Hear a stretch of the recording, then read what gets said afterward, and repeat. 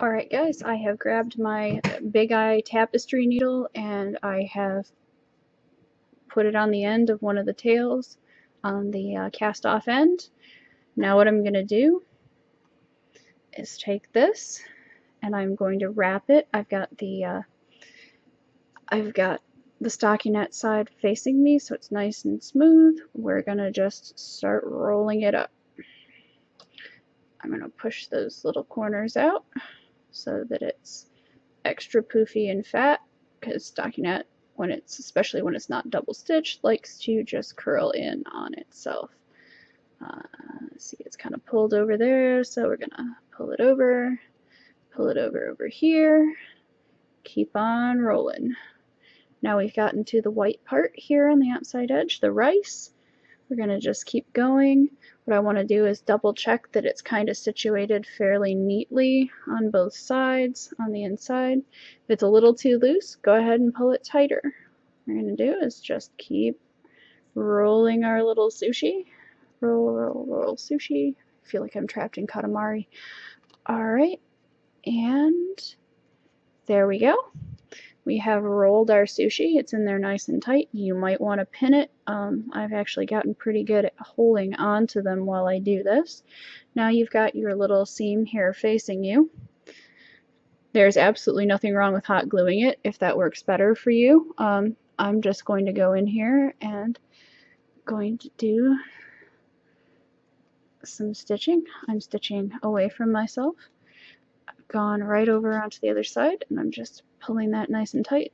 See how that end just kind of pulled right inside the sushi? That's what you want to do.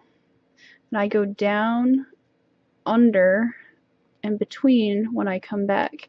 These little holes, I don't know if you can see my needle in them. I come between the holes because then the stitch stays pretty invisible. Come inside here into this first edge of the stitch like this. And you're just going to do this down the length of the sushi.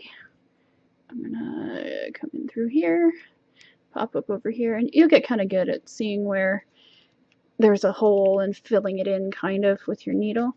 I just try to keep it as neat as possible, not because anybody's going to see this area in this particular sushi, but just because it helps lay the ribbon flatter when we're adding the little nori ribbon to the outside. Come in here and finish that up just like that. Now one of the tricks is, let's tie a knot. I've got just barely enough for this. Alright, tie a knot, right? You're going to go like this. You really don't want anyone to see that little knot right there. Let me see if I can get it down closer so you can see the little knot. What we're going to do is I'm going to put my needle back down into the sushi. I'm just going to pull it all the way out here, just randomly, and any spot is good. I'm going to go boop, and I just pulled it down inside the sushi so you can't even see that little knot. I'm going to set it down for a second and clip it real close with my scissors. Try not to cut my knuckle off. You still got this little tail up here. If you want, you can double reinforce it, or you can just clip it right on off. It's not going anywhere. So now we have the basic shape of the sushi. What I do is kind of try and use my fingers and get it nice and even so you can see all that avocado and yellowtail goodness inside the sushi. And you know, it's kind of a war as to what side it's going to come out on. But you've got the start of your sushi. I'm going to plug in my hot glue gun and I'm going to show you how to put the nori silk ribbon wrap on the outside. Alright guys, I've heated up my hot glue gun. I have measured a piece of ribbon to go around my sushi, and I leave myself a little extra here. What I'm going to do is, this is a quick ribbon trick, I'm gonna try and trim these little ends off here, but this is satin and it doesn't always want to do that. Yeah, these scissors are so dull. Alright, well, at least try and get the little monsters off. Take your lighter and just pass the ribbon back and forth a couple times through the lighter. It sears off the ends and it keeps it from fraying any further. Do not just, like, you know, sit it there for 45 minutes or you will curl and burn the end of your ribbon. I mean, this is not even hot to the touch. Just flick it in and out a couple of times. Now what I'm going to do is one end, it really doesn't matter. I just want to make sure it doesn't fray. But the other end, I'm going to actually fold over like this. And we're going to have a nice little folded end, and I'm going to hot glue gun that, and I cannot show you that because I cannot move my camera, but it's pretty straightforward. You put your drop of glue on the end of the ribbon and fold it over. Put a little hot glue on there.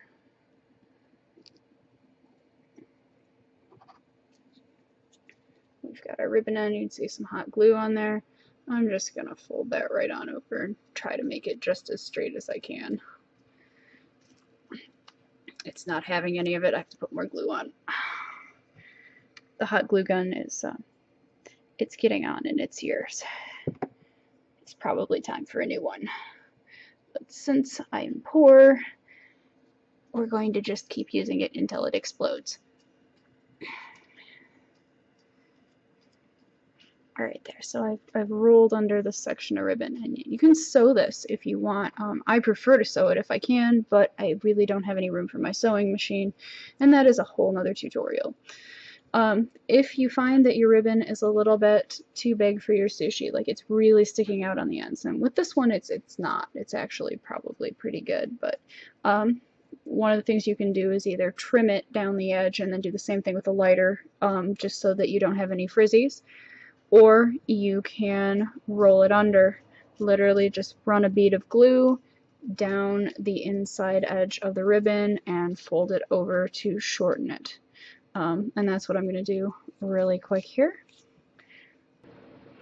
Alright, so battle number 2. I just laid her right down on the table and rolled it up in the hot glue. It's just, I don't have a whole lot of room here on this particular desk. But again, this is a little smaller sushi because I used some smaller, softer, stretchier yarn. This was big, fluffy, chunky yarn, and they come in, you know, like different sizes. If you use the same type of yarn and you want to make 7 or 8 of them or make a little sushi pack, then you're probably going to want to use the same type of yarn for all of them, just so that they're close to the same size. But anyway, that's about it. The little sushis, and this type of sushi is more or less exactly the same pattern without the ribbon wrap, and all you have to do is just make the same center size as you did with this one, only keep it just one color, and then wrap a bit of silk ribbon around the inside of this one. This one is a free floating center inside the sushi, and you have a little silk cartridge here and you wrap it up and sew it just as you would any other of the sushis. So that is the sushi tutorial. I know it was a little awkward in a couple places. I'm sorry, I don't have a whole lot of space. So anyway, good luck, and if you have any questions, please feel free to note me. Thanks.